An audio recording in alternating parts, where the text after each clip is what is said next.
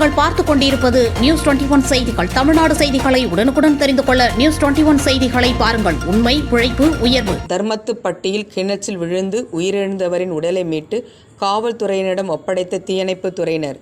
திண்டுக்கல் மாவட்டம் ஆத்தூர் ஒன்றியம் ஆத்தூர் தீயணைப்பு மீட்பு பணி நிலையத்திற்கு கிராம நிர்வாக அலுவலர் தாமரைக்கண்ணன் என்பவர் தர்மத்துப்பட்டு கிழக்கு தெரு காளியம்மன் கோவில் கிணற்றில் ஆண் ஒருவர் தவறிவிட்டு விழுந்துவிட்டதாக தெரிவித்த தகவலின் பேரில் திண்டுக்கல் மாவட்ட அலுவலர் மயில்ராஜ் தலைமையில் ஆத்தூர் தீயணைப்பு மீட்பு பணிகள் நிலைய அலுவலர் கணேசன் ஆகியோர் தலைமையிலான குழுவினர் சம்பவ இடத்திற்கு விரைந்து சென்று கிணற்றில் தவறி விழுந்த உயிரிழந்த நிலையில் கிடந்த 47 வயது மதிக்கத்தக்க குழந்தைவேல் மகன் சக்திவேல் என்பவரின் உடலை சுமார் 8 மணி நேரத்திற்கு மேலாக போராடி துரைக்கயிறு மற்றும் வலைகள் உதவியுடன் மீட்டு கன்னிவாடி காவல் ஆய்வாளர் சிவக்குமார் வசம் ஒப்படைத்தனர்.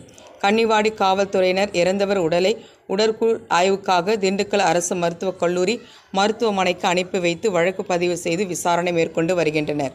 நியூஸ் 21 செய்திகளுக்காக திண்டுக்கல் ஆத்தூர் செய்தியாளர் BS பக்ருதீன்.